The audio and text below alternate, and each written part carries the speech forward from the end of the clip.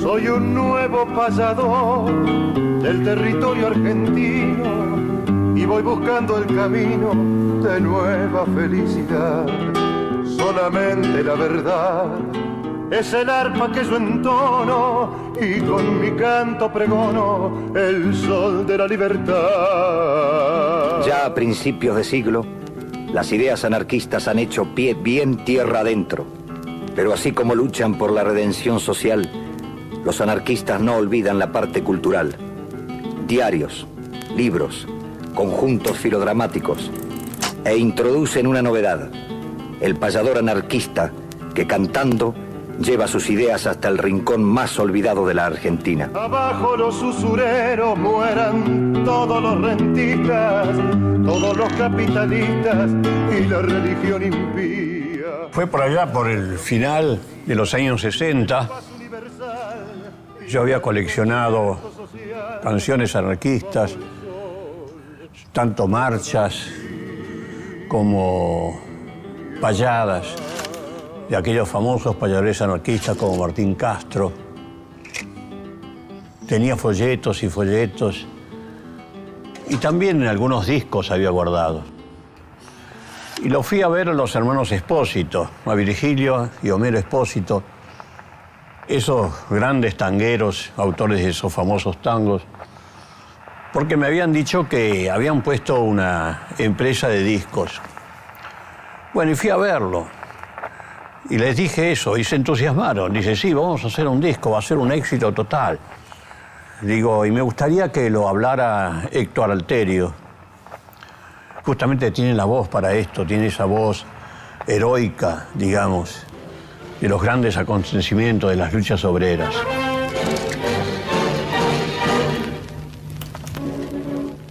Buenos Aires, 1 de mayo de 1904.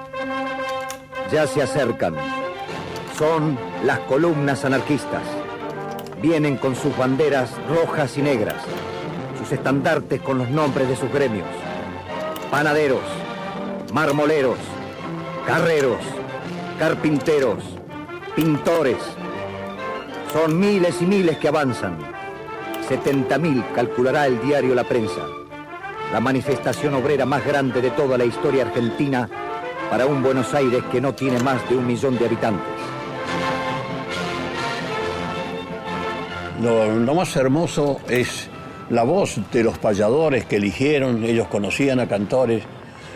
Y lo que más me gustó también es que comprendieron bien el principio anarquista de darle valor a la mujer.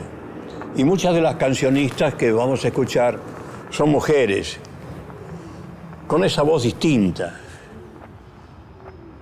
esa sensibilidad distinta de la mujer, que también sabe cantar lo heroico de todo ese proceso de la vida obrera argentina y tantos otros grandes movimientos en la lucha por la dignidad de los trabajadores. Deseo mi redención y vivir sin vividores, que con los trabajadores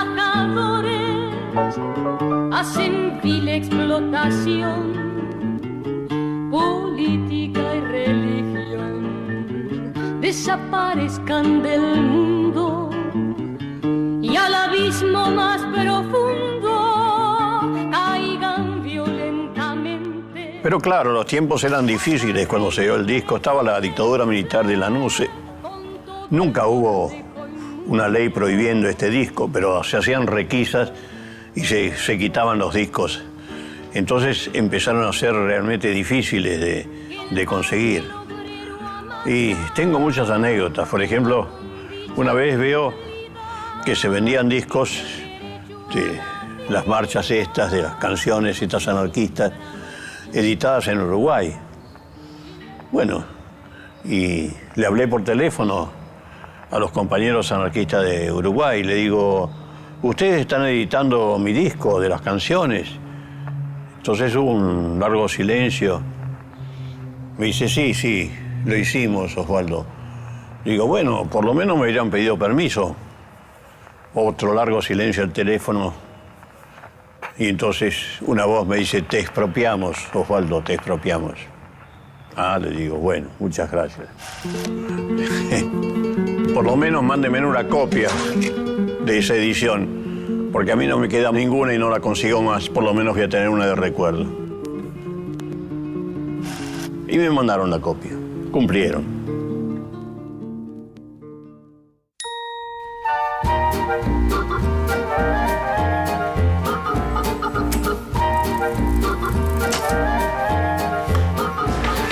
Realmente a mí me gusta quedarme en casa, leer, escribir y no moverme demasiado.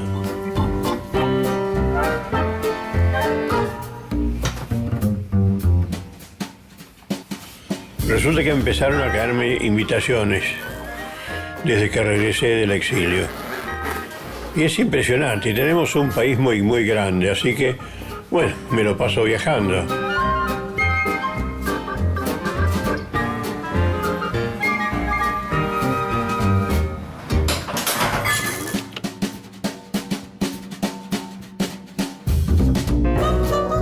Siempre dictando conferencias, conociendo gente, haciendo charlas, mesas redondas, y he recorrido todo el país, no me queda nada sin recorrer.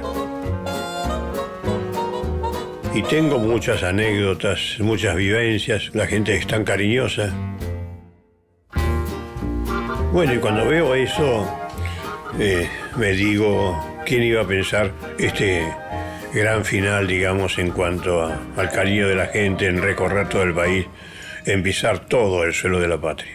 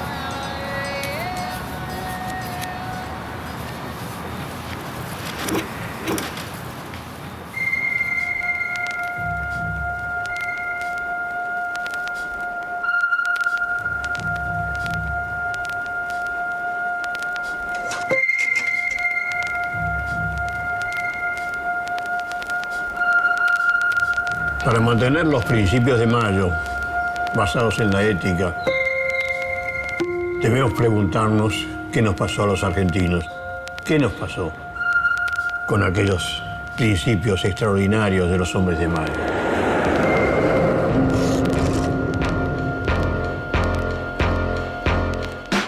¿Qué nos pasó con tantas dictaduras, fusilamientos, desaparición de personas? Por eso no podemos mantener nombre de calles en honor de los genocidas. Por eso no podemos. Nombre de plazas, nombre de ciudades, más todavía, nombre de escuelas. Por eso no podemos. No podemos. Y por eso la acción de cambiar eso, explicando, siempre con la verdad histórica, siempre con documentos científicamente históricos. Poner el nombre, por ejemplo, del primer maestro, o de un héroe de la docencia, o de pueblos originarios. Poner el nombre de los verdaderos héroes del pueblo, aquellos que dieron todo, aquellos de la mano abierta. Esos son los que lo merecen.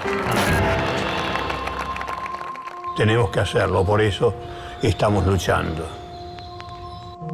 Siempre dando clases de historia, debatiendo, respondiendo a las preguntas, el porqué de tal cosa, el porqué de tal otra. Siempre con la verdad, siempre con la ética. Eso es lo que vale. Don Osvaldo, seguramente muy gratificado con todo esto que ha sucedido, ¿no? Sí, realmente sí, es muy emocionante. Ustedes tienen realmente un corazón muy grande aquí en Jaramillo. Esto es un ejemplo para todo el país, la memoria, recordar a los héroes locales. Qué hermoso recordar ese gaucho entrerriano que vio estos horizontes, recordarlo de esta manera. Les estoy muy agradecido. Tenemos que hacerlo, por eso estamos luchando.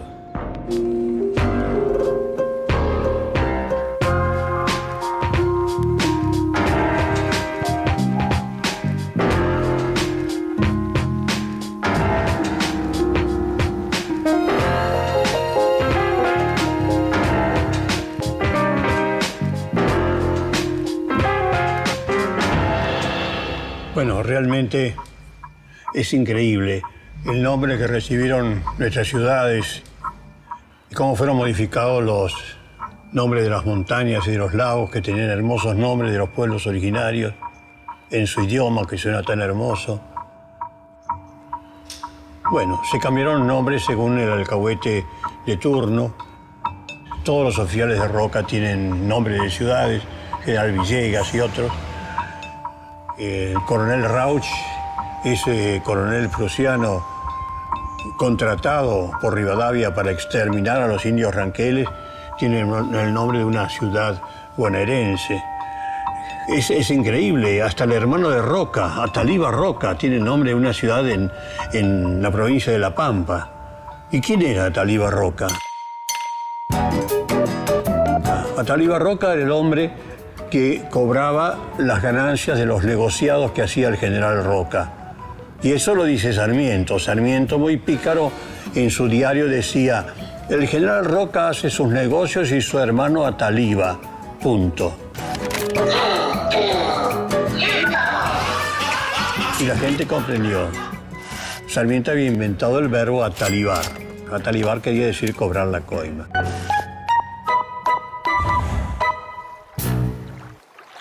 Es increíble, pero también se cambiaron nombres de los hermosos lagos del sur argentino, de la Patagonia, que tenía esos bellos nombres poéticos de los pueblos originarios. Fíjense en Nahuel Huapi, qué hermoso que es. Fue uno de los pocos que se salvó. O, por ejemplo, en Tierra del Fuego, ese hermosísimo lago que los zonas habían puesto un bellísimo nombre, ¿no? Espejo de la neblina, decían. Y ahora nosotros lo llamamos Monseñor Fagnano, el obispo Fagnano, que hizo una política bastante discutible con respecto a los zonas.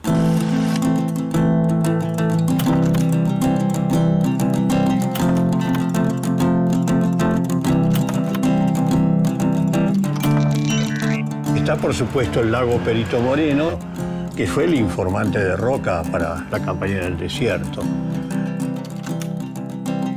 Está, por supuesto, el lago Buenos Aires también. ¿Qué tiene que ver Buenos Aires con esa hermosa región, por ejemplo? Para no hablar, bueno, por ejemplo, también está el lago San Martín, que San Martín hubiera preguntado por qué a mí si yo no lo conocí, ni siquiera estuvo allí. Está el lago Gutiérrez. ¿Quién es Gutiérrez? Bueno, fui a estudiar quién era Gutiérrez. Gutiérrez era el subsecretario del Interior del gobierno de Avellaneda, que le pagaba los sueldos al Perito Moreno para que hiciera todo ese viaje. Entonces él, para quedar bien con el que le pagaba los sueldos, le cambió el hermoso nombre que tenía antes ese lago por Lago Gutiérrez. Y el lago se llamaba antes, en mapuche, el espejo del cielo.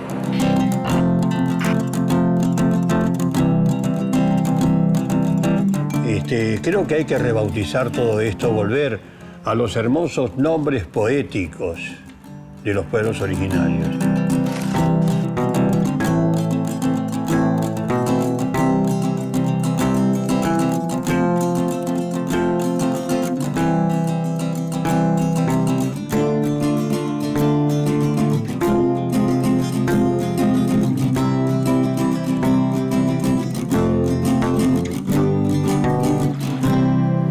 Tenemos que hacerlo, por eso estamos luchando.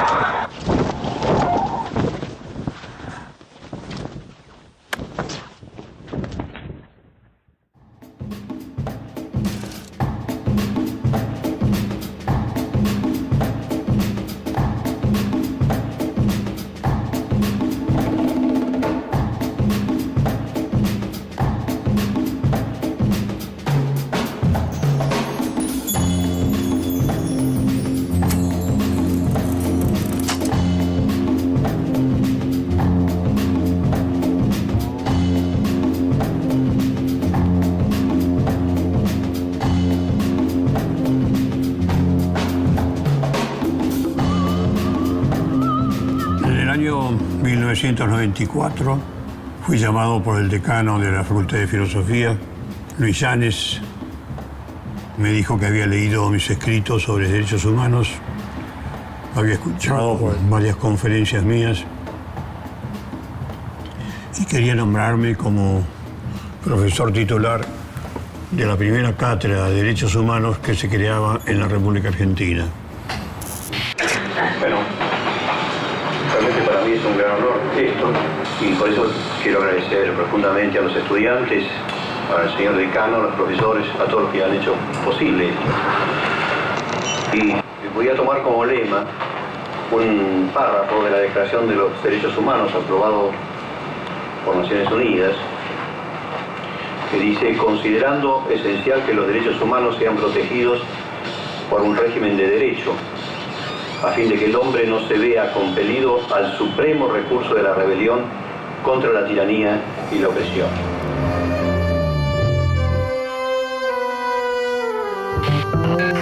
Acepté de inmediato, le dije que para mí era todo un honor ser docente universitario, lo había sido en Alemania, y que con mucho gusto lo iba a hacer.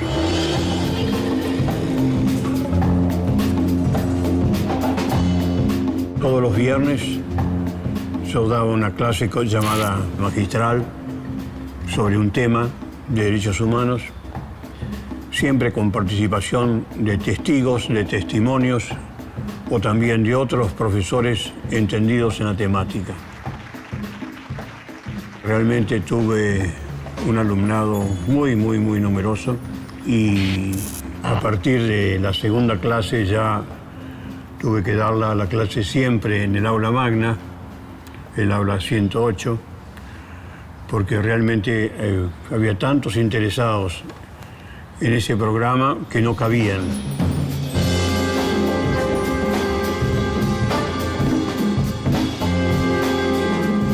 Bueno, tratábamos un tema y después íbamos al debate, y tratamos todos los temas, todos los problemas de la sociedad argentina, uno por uno.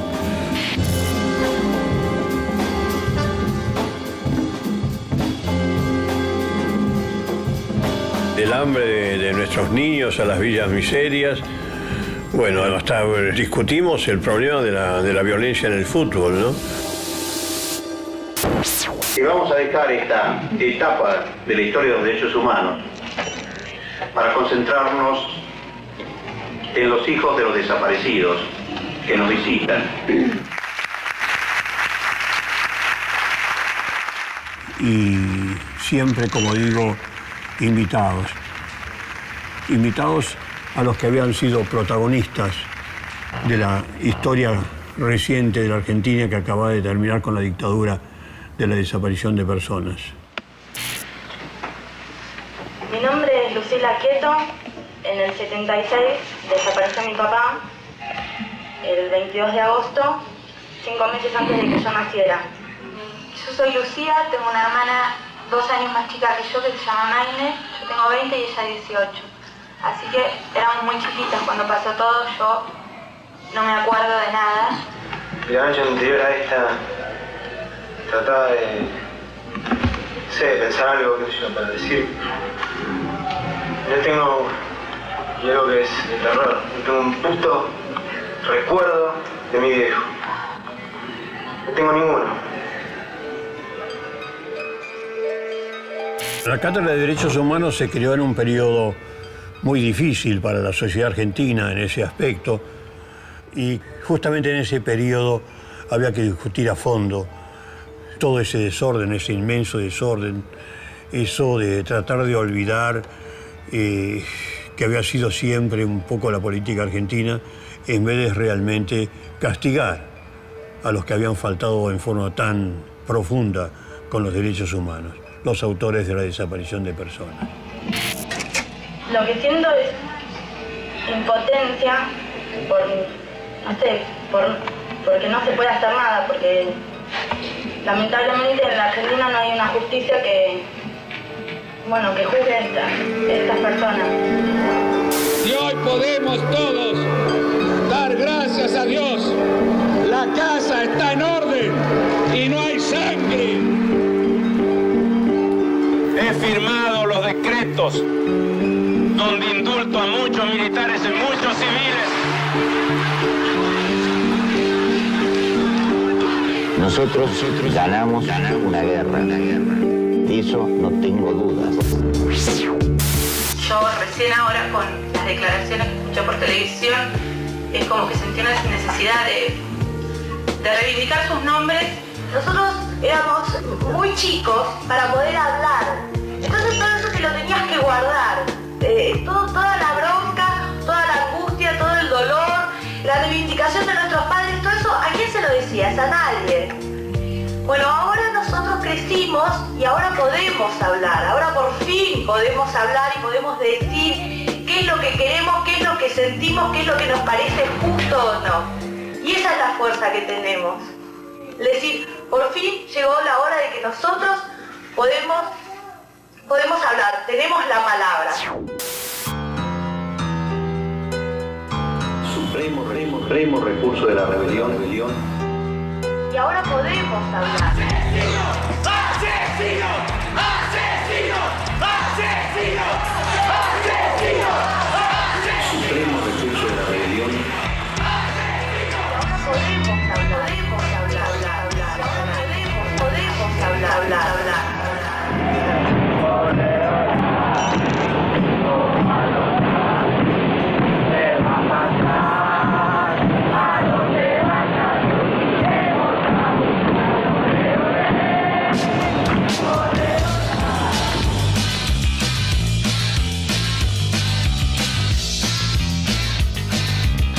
Rebelión. ¡Mi compañero desaparecido! ¡Presente! ¡Y siempre! ¡Y siempre!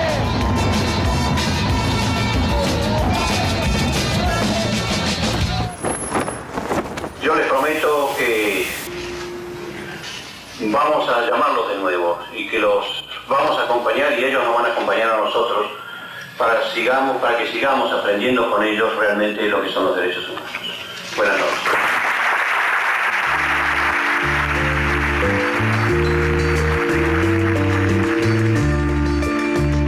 Fue uno de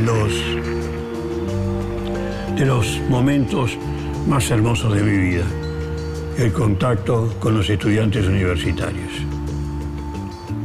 Siempre voy a recordar ese periodo de la docencia universitaria.